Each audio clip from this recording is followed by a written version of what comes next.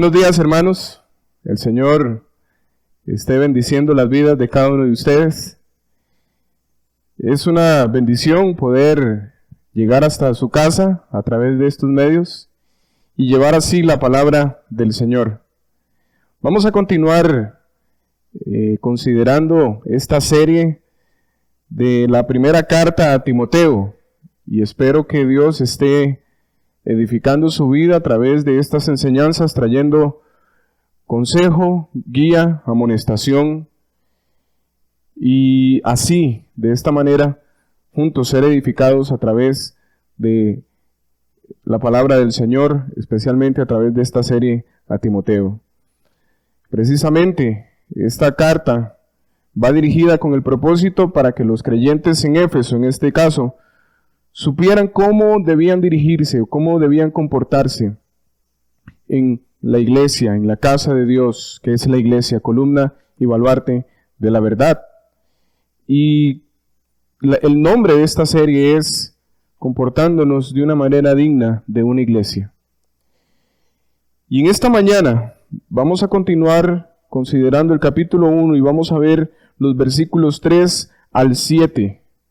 Y leemos las Escrituras, 1 Timoteo, capítulo 1, versículos 3 al 7. Como te rogué que te quedases en Éfeso, cuando fui a Macedonia, para que mandases a algunos que no enseñen diferente doctrina, ni presten atención a fábulas y a genealogías interminables, que acarrean disputas más bien que edificación de Dios, que es por fe. Así te encargo ahora. Pues el propósito de este mandamiento es el amor nacido de corazón limpio, y de buena conciencia, y de fe no fingida, de las cuales cosas, desviándose algunos, se apartaron a vana palabrería, queriendo ser doctores de la ley, sin entender ni lo que hablan, ni lo que afirman. Vamos a encomendar en manos del Señor este tiempo. Padre Santo, queremos darte las gracias por permitirnos en este momento exponernos a tu palabra. Gracias por tu providencia a través de este medio, porque tú me has guiado para exponer estas palabras y darles el significado. Oh Señor, es mi oración para que cada familia, para que cada hermano, para que cada persona que se exponga a este mensaje, tú puedas hacer la obra y quieras hacer la obra en cada uno de ellos, oh Señor, de salvación para aquellos que están en tinieblas y de edificación a aquellos que somos tus hijos, oh Señor.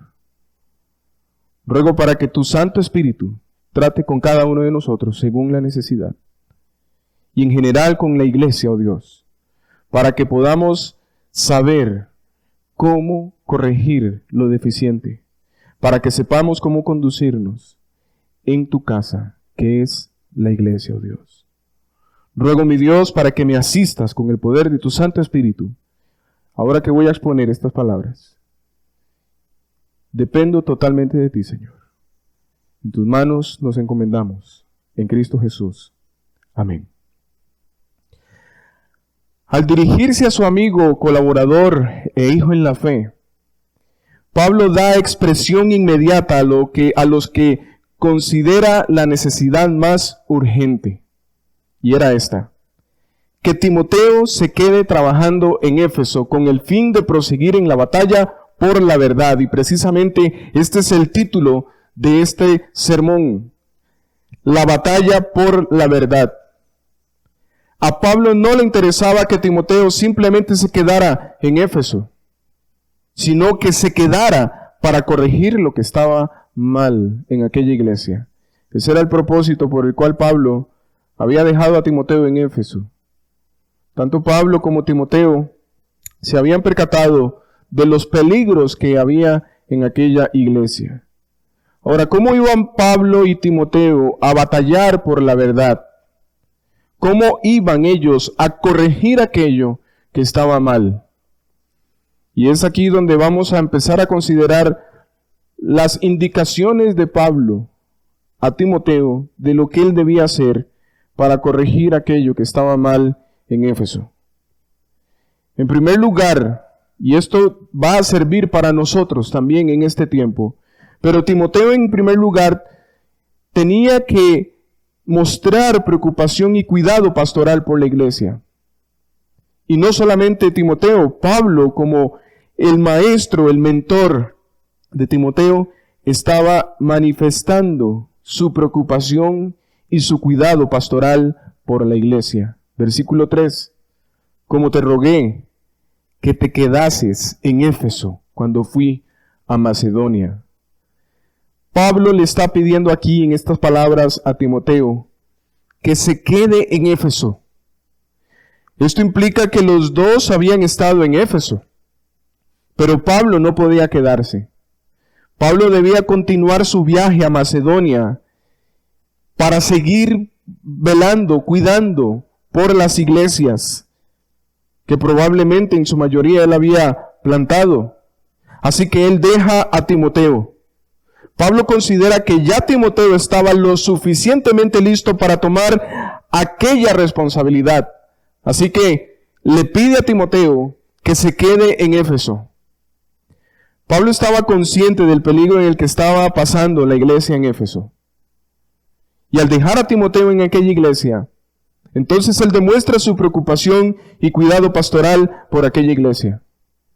Y aquí yo quiero rescatar algo para especialmente aquellos que estamos liderando, que estamos cuidando el rebaño de Dios. Si estas dos cosas no están en el liderazgo, se pueden cometer dos errores. Si la preocupación y el cuidado pastoral por la iglesia no está en la vida de los líderes, de los pastores, se pueden cometer dos errores. Uno, podríamos ver los errores doctrinales, pero dañar a la congregación, pues no tendríamos ese ingrediente necesario de la preocupación por las iglesias, por las almas de las personas.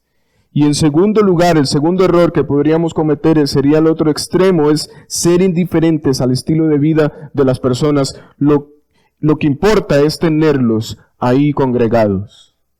Pero nosotros debemos cuidarnos de estos dos errores.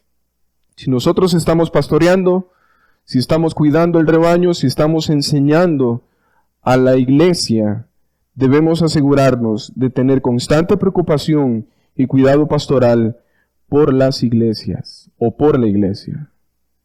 La preocupación y cuidado pastoral deben de demostrarse. Tiene que ser evidente en nosotros. Pablo se lo hizo manifiesto a Timoteo y Timoteo tenía que manifestar esa preocupación y poner en acción esa preocupación mediante el cuidado pastoral. Es importante que nosotros nos preocupemos y tengamos cuidado pastoral a las iglesias. Ahora, la preocupación y el cuidado pastoral se demuestran de muchas maneras. Cuando los pastores consuelan, cuando los pastores aconsejan, cuando los pastores dan palabras de ánimo y reconocimiento a la grey del Señor. Pero también la preocupación y el cuidado pastoral se demuestra cuando se está consciente del peligro que muchas veces pasa la iglesia. La iglesia pasa constantemente por peligros tanto externos como peligros internos. Los peligros externos son todos aquellos que vienen de gente que no pertenece a la congregación.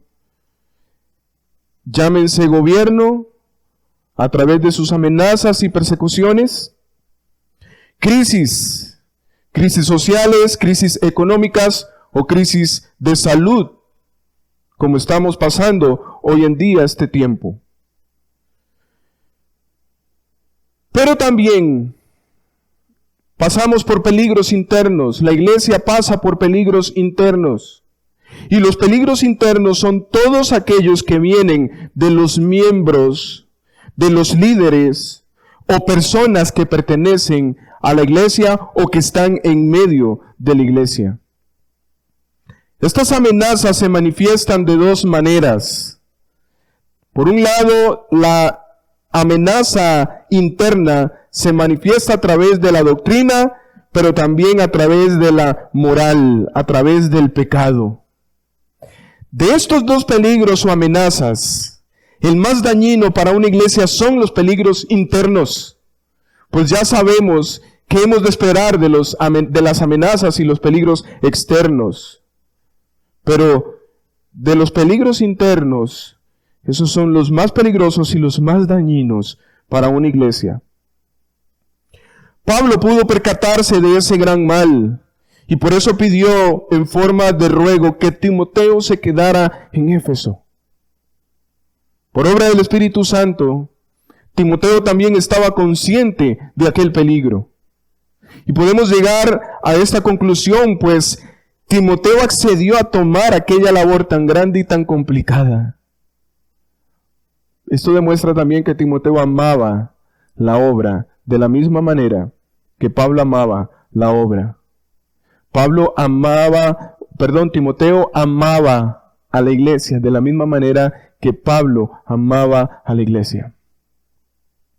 Timoteo amaba la verdad del Evangelio de la misma manera que Pablo amaba la verdad del Evangelio.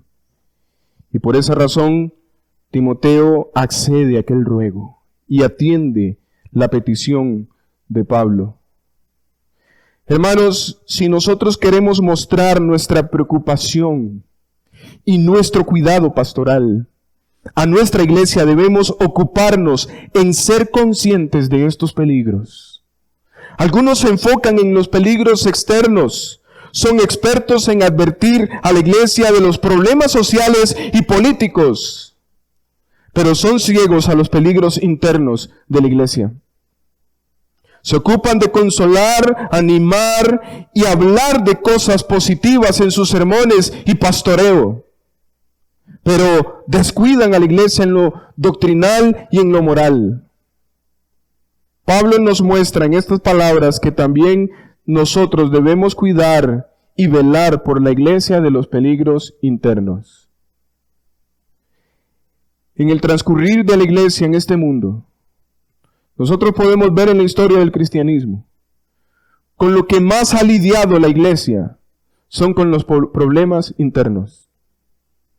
Según las indicaciones que Pablo da a Timoteo, el peligro por el que estaba pasando aquella iglesia en Éfeso era un peligro interno, no era un peligro externo, era un peligro interno. Doctrinalmente, aquella iglesia se estaba desviando. Y Pablo sabía que si la iglesia seguía así, muy pronto podría terminar en desviaciones morales. Por lo general, cuando la iglesia o una persona se desvía doctrinalmente, termina desviándose moralmente. Esto es algo que encontramos una y otra vez en las páginas de las Escrituras. Un ejemplo claro lo encontramos en las epístolas a los Corintios, en 2 de Pedro capítulo 2 y en Judas.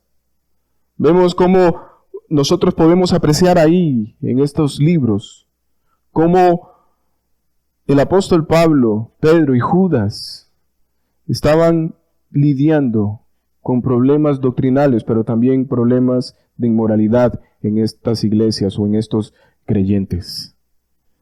Ahora, ¿cómo debía salirle al paso Timoteo aquellos peligros internos? ¿Qué debía hacer Timoteo?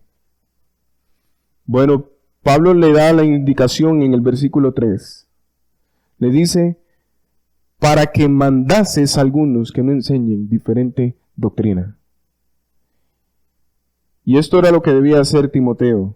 Debía amonestar a los que se han o se habían desviado. Pablo pone el foco de Timoteo en un grupo específico de personas. Estas personas eran miembros de la iglesia en Éfeso, por la descripción que da el apóstol de ellos. En el versículo 3 se nos dice o se nos da a entender que estos hombres tenían una posición de liderazgo. Leemos ahí, dice, para que mandases a algunos que no enseñen diferente doctrina. Entonces estos hombres enseñaban, tenían la posición de liderazgo, tenían acceso al púlpito, tenían estaban frente a las personas enseñándoles. Pero también este grupo de personas menospreciaron la verdad y menospreciaron la comunión verdadera. Versículos 4 y 5. Ni presten atención a fábulas y genealogías interminables, que acarrean disputas más bien que edificación de Dios, que es por fe. Así te encargo ahora. Pues el propósito de este mandamiento es el amor nacido de corazón limpio y de buena conciencia y de fe no fingida. Estos hombres estaban entre la iglesia. Habían despreciado la verdad, pero también la comunión verdadera.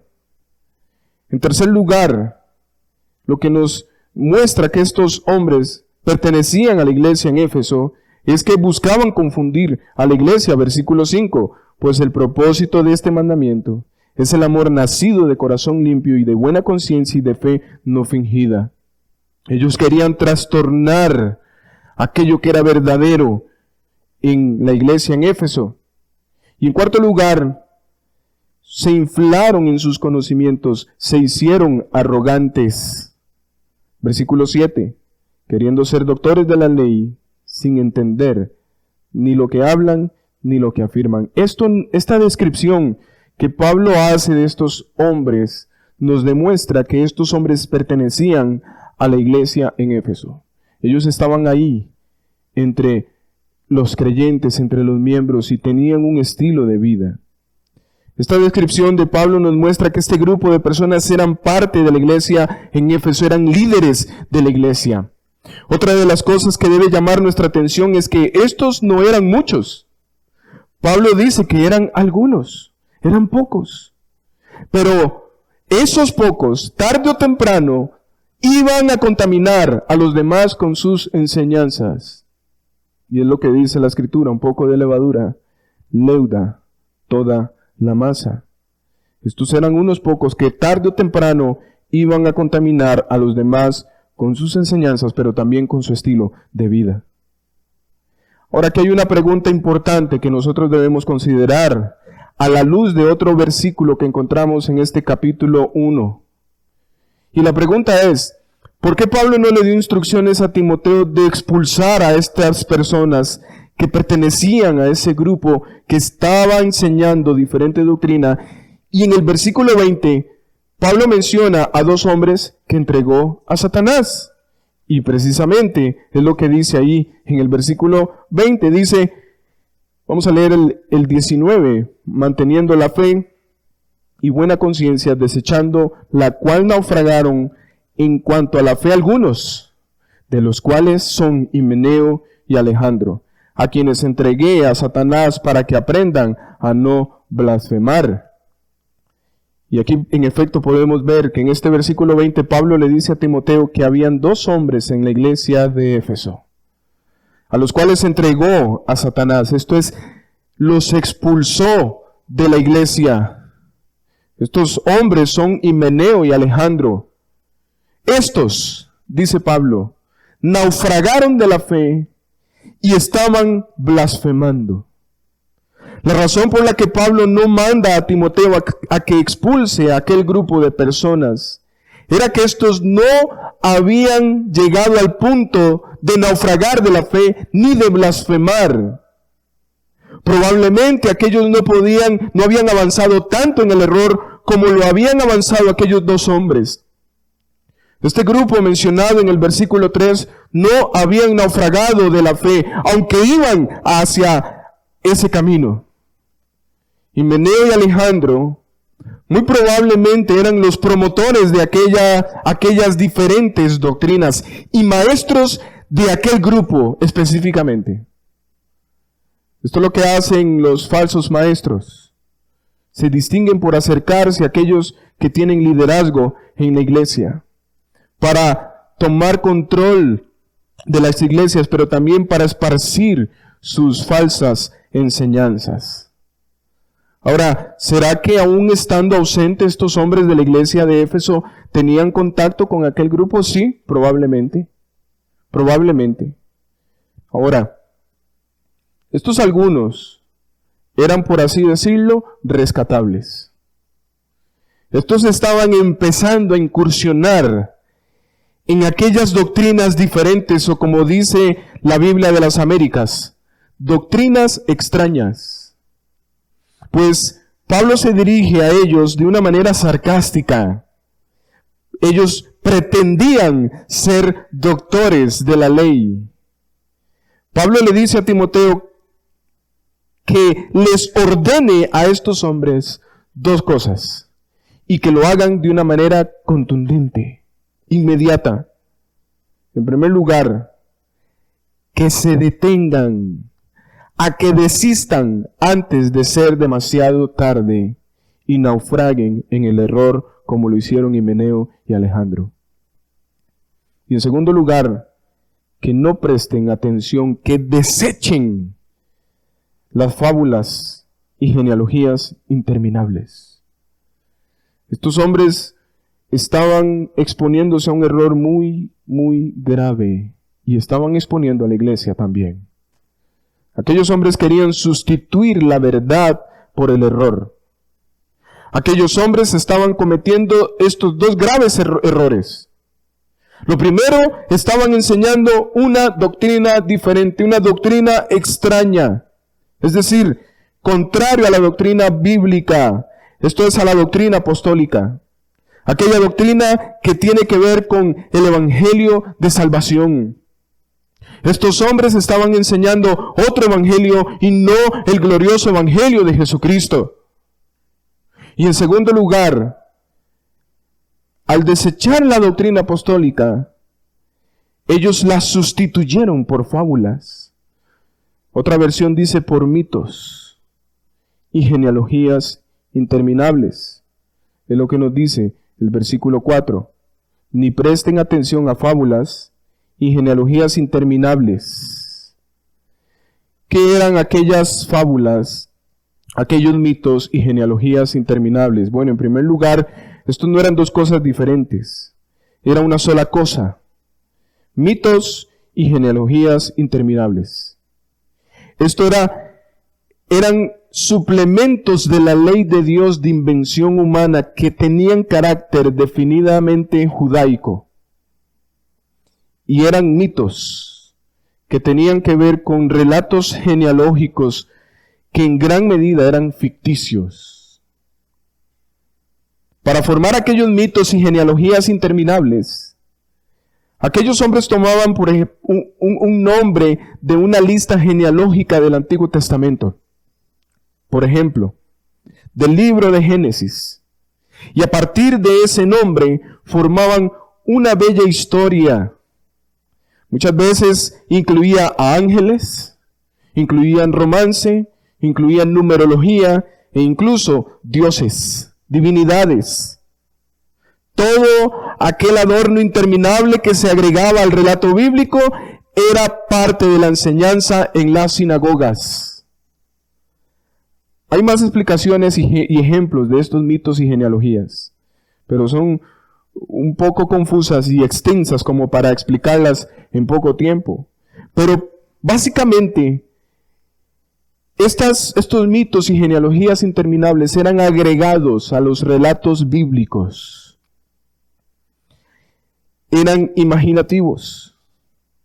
Al pensar en el camino que estaban tomando aquellos líderes de la iglesia en Éfeso, en relación con estos mitos y genealogías interminables, podría tomar mi tiempo para hablar acerca y compararlo con hoy en día, en la actualidad, con sistemas religiosos y heréticos como la Iglesia Católica Romana y todo su tradicionalismo, los agregados que ponen a la Escritura.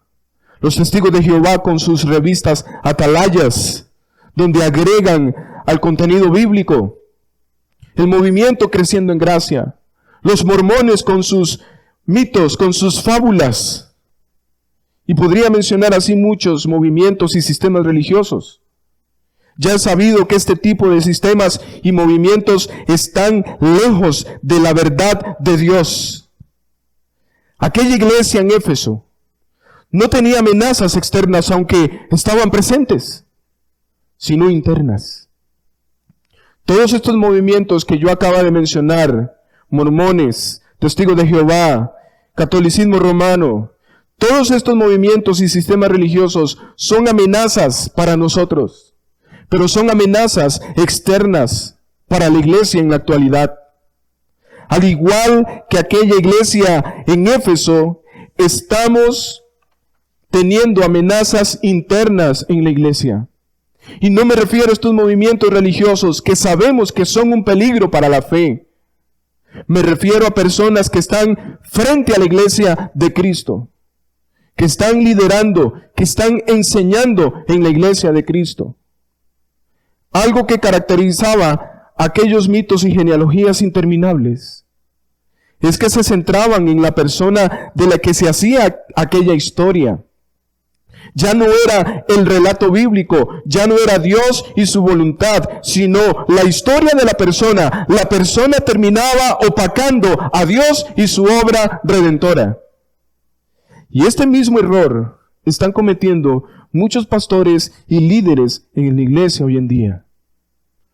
No en contar mitos y genealogías de la misma manera que aquellos, pero sí en centrar el relato bíblico en los personajes de la Biblia. Esto en el mejor de los casos. Porque el otro error es tomar las porciones de las Escrituras y centrar todo en la audiencia. En el primer caso, podemos tomar la vida o el relato de algún personaje en la Biblia y centrarnos en esa persona y sus hechos. Terminamos dándole todo el crédito a la persona, quedando como el héroe de la historia y del pueblo de Dios.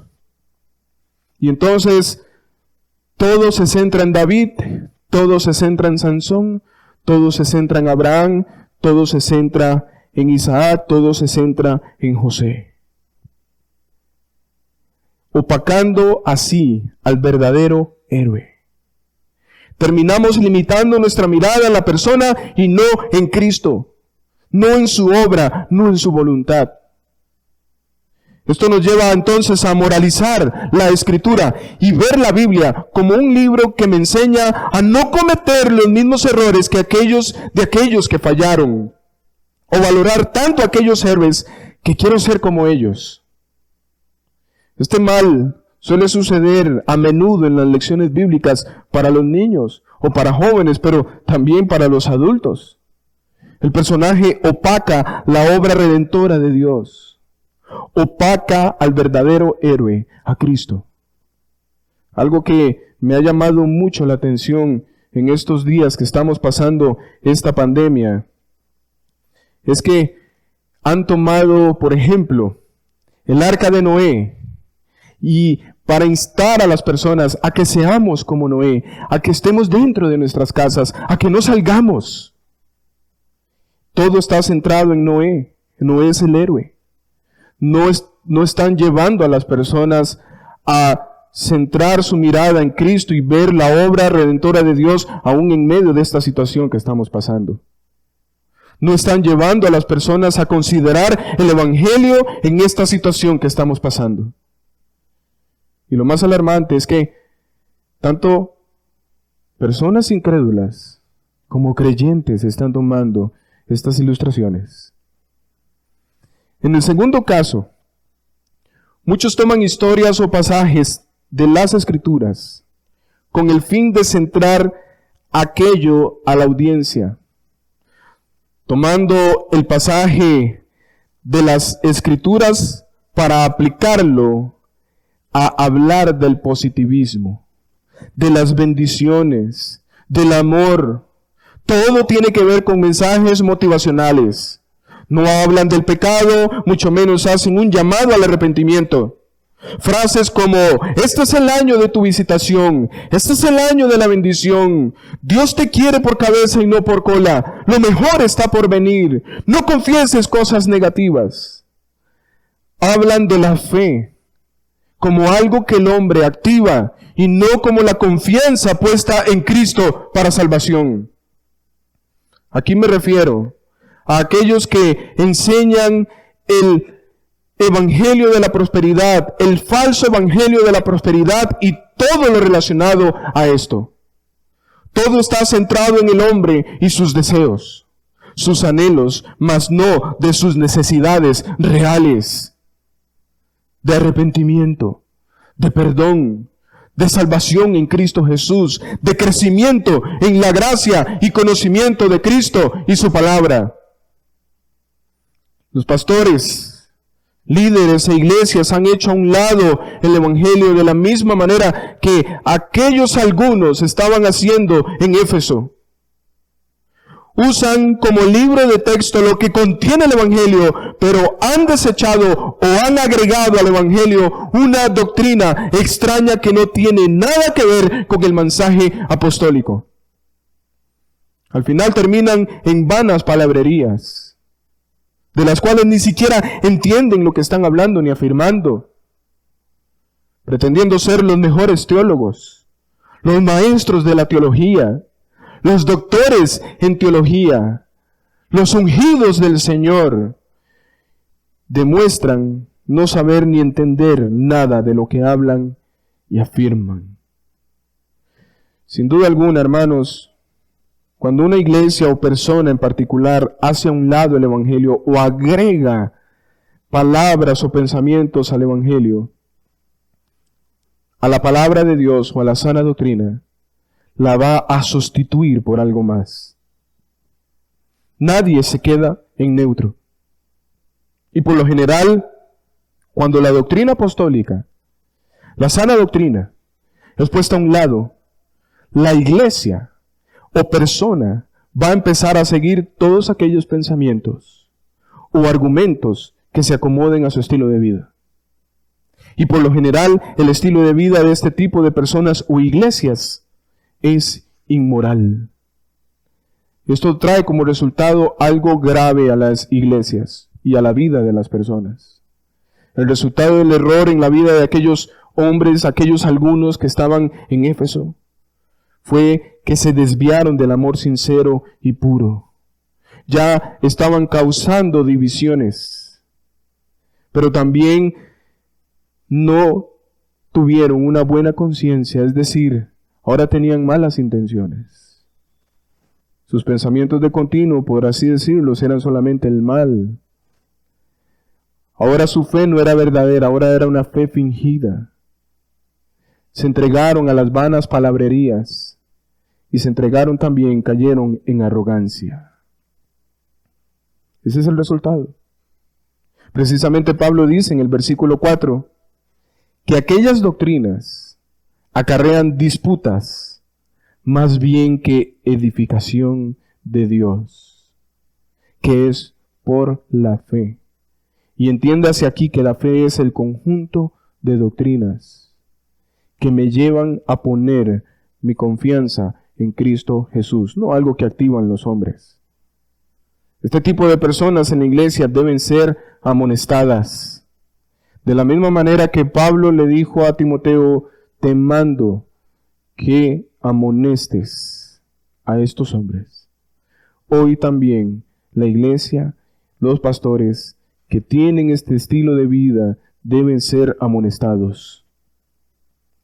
Y en tercer lugar, Timoteo tenía que dirigir, aparte de amonestar a aquellos líderes, Pablo tenía que dirigir a aquellos hombres a el propósito divino, es decir, al Evangelio. Versículo 5. Pues el propósito de este mandamiento es el amor nacido de corazón limpio y de buena conciencia y de fe no fingida. Este era el propósito de Pablo en estas palabras a Timoteo, pero también a aquellos líderes y a la iglesia.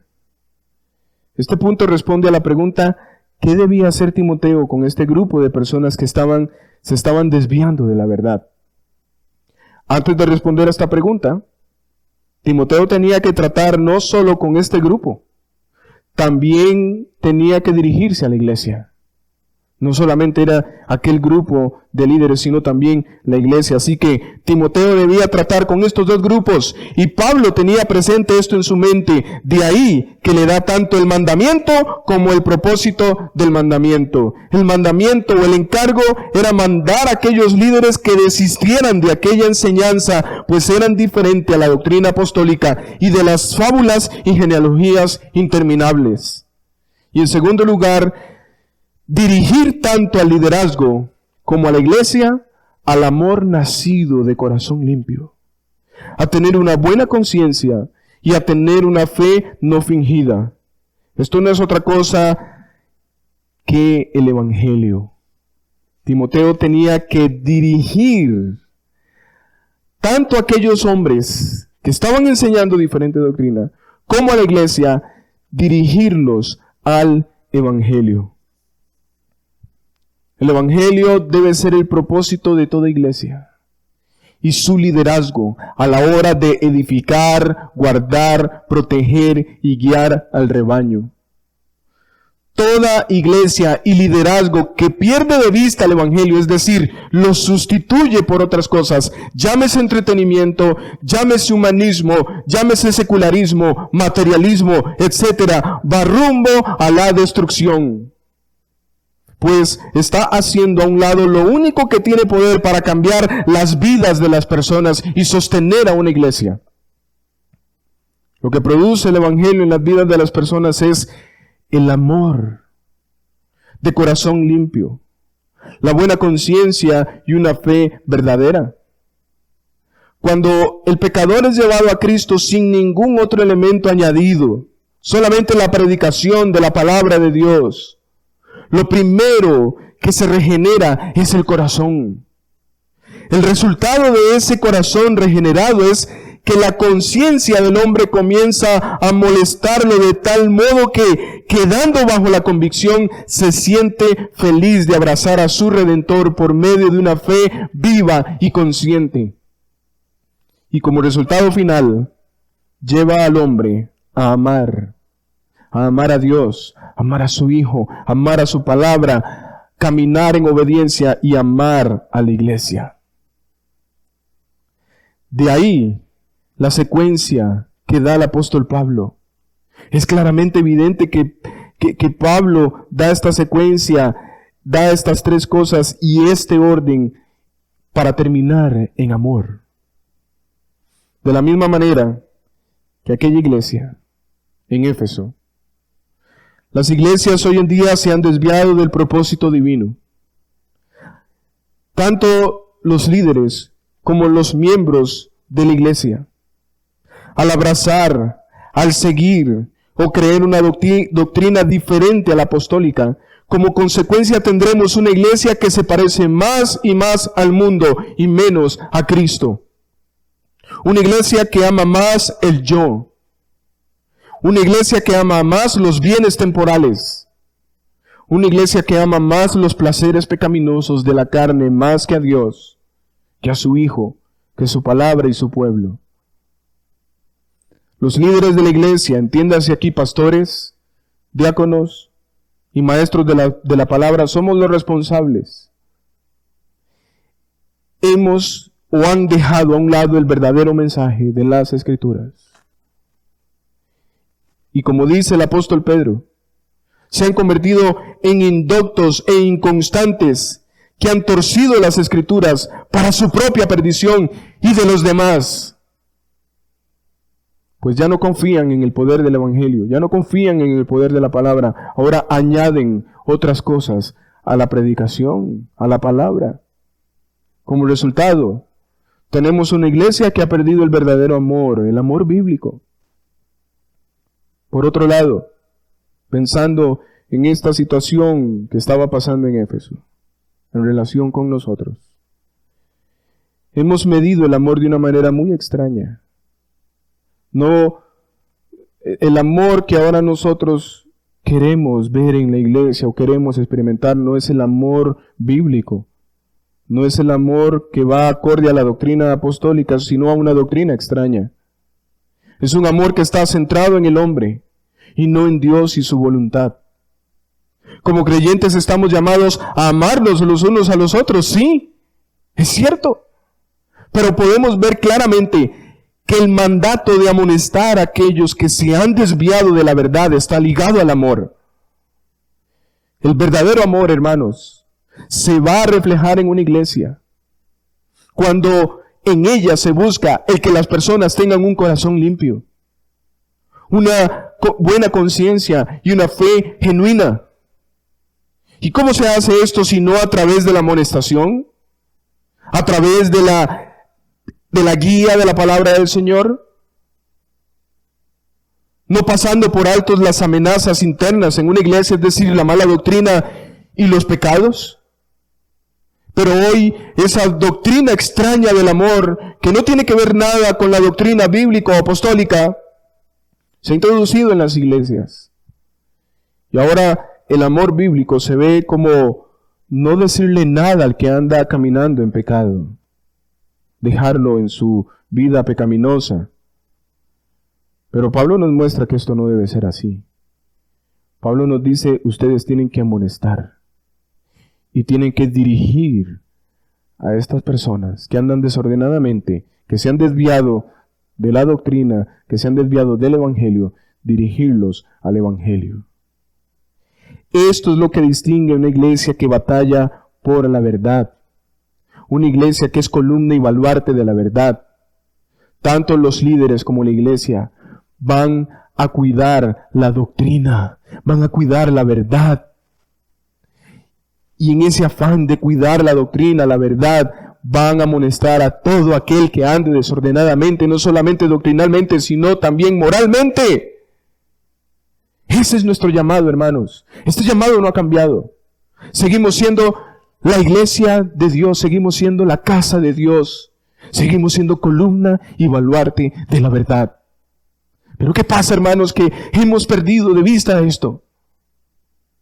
Y nos hemos hecho de la vista gorda ante los pecados y los pensamientos erróneos de algunos de entre nosotros. Dios nos llama a amonestarnos. Dios llama a los pastores a amonestar a la iglesia y a dirigir su mirada en el Evangelio y su caminar en el Evangelio. Hermanos, este es nuestro llamado. Esto es lo que el Señor quiere de nosotros. Y si nosotros queremos verdaderamente representar a la iglesia como columna y baluarte de la verdad, hemos de batallar por la verdad. Que el Señor nos ayude. Padre Santo, queremos darte las gracias, porque sigues hablando a nuestro corazón, sigues hablando a nuestra mente, sigue guiándonos como tu iglesia, para que nosotros sepamos cómo debemos comportarnos en la casa tuya, que es la iglesia, para que nosotros representemos verdaderamente a la iglesia como columna y baluarte de la verdad. Oh Señor, quiero orar por el liderazgo de la iglesia, empezando conmigo, Señor, para que la preocupación y el cuidado pastoral no se aparten de nosotros, para que nosotros seamos conscientes de los peligros, sí, externos, pero también los peligros internos. Que velemos por la doctrina, que velemos por la moral de la iglesia, que no pasemos por alto los pecados de entre nosotros, oh Dios, y que salgamos al paso a esos pecados, que amonestemos a aquellos que se han desviado en sus pensamientos, en su estilo de vida, y los llamemos al arrepentimiento y los traigamos a Cristo Jesús, al Evangelio. Danos la sabiduría y la capacidad para poder hacer esto, Dios. La fuerza, la valentía, así como sostuviste a Timoteo. Aquellas instrucciones de Pablo están en nuestras manos y debemos entonces conducirnos así. Es tu palabra, Señor. Y oro por aquellos que se han desviado. Probablemente algunos entre nosotros se han desviado. Y ruego, Dios, para que tú no permitas que ellos sigan en ese camino de perdición al punto de caer como cayeron Himeneo y Alejandro, que se desviaron, que naufragaron de la fe y blasfemaron del camino. Algunos entre nosotros lamentablemente han ido por ese camino y ya no están entre nosotros. Hay otros que están en ese peligro, Señor, en ese camino. Y ruego, Dios, que tú los guardes. Y que aquellos que estamos amando más tu palabra, que queremos hacer tu voluntad, guárdanos de no caer en eso. Pero también, Señor, ayúdanos a dirigirnos a estas personas para amonestarlos y volverlos otra vez al propósito divino, al Evangelio. Si hemos centrado nuestra mirada en nosotros como iglesia, Señor, si nos hemos enfocado en nosotros mismos, perdónanos. Perdónanos, oh Dios. Esa no es nuestra intención. Queremos exaltar tu nombre.